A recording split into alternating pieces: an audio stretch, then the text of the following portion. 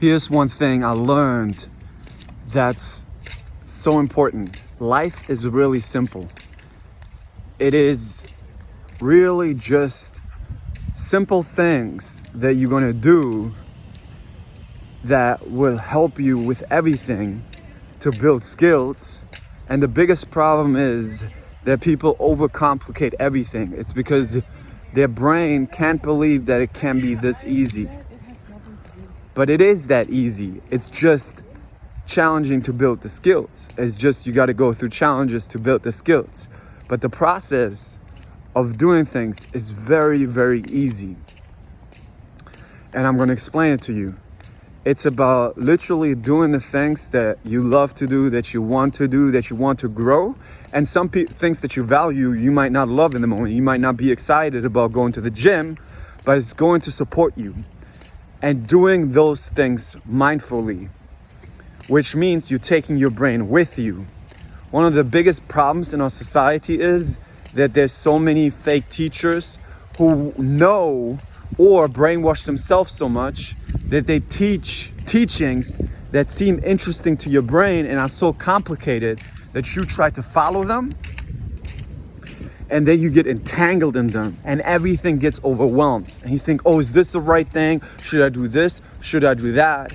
And in addition, in school, you've been told, oh, Timmy, raise your hand. Julia, raise your hand. Natasha, raise your hand. I'm the authority. I'm going to tell you guys what's the right thing. And I'm going to give you A, B, C, Ds. And I'm going to grade you. And of course you'll learn, oh, there must be a right thing and a wrong thing. And if I do the wrong thing, I'll get the wrong grade. And that's going to take your creativity. So you got to take your creativity back.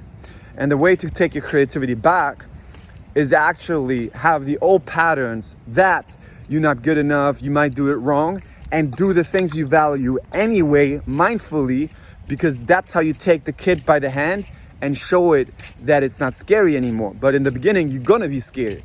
You're going to be anxious. But if you start painting, if you start doing your music, if you start doing the things that you love, and if you're doing them mindfully, even though the little child is freaking out, can you almost like be okay with it? Can you be comfortable being uncomfortable? And then do the things that you value. It's so simple. That's the only thing. You don't need to have all the 369 process, this, that, blah, blah, blah. It's all just, oh, this is how to meditate, this is how to do this is how to do mindfulness. Even this is how to do mindfulness. A lot of people ask me, how do you do mindfulness?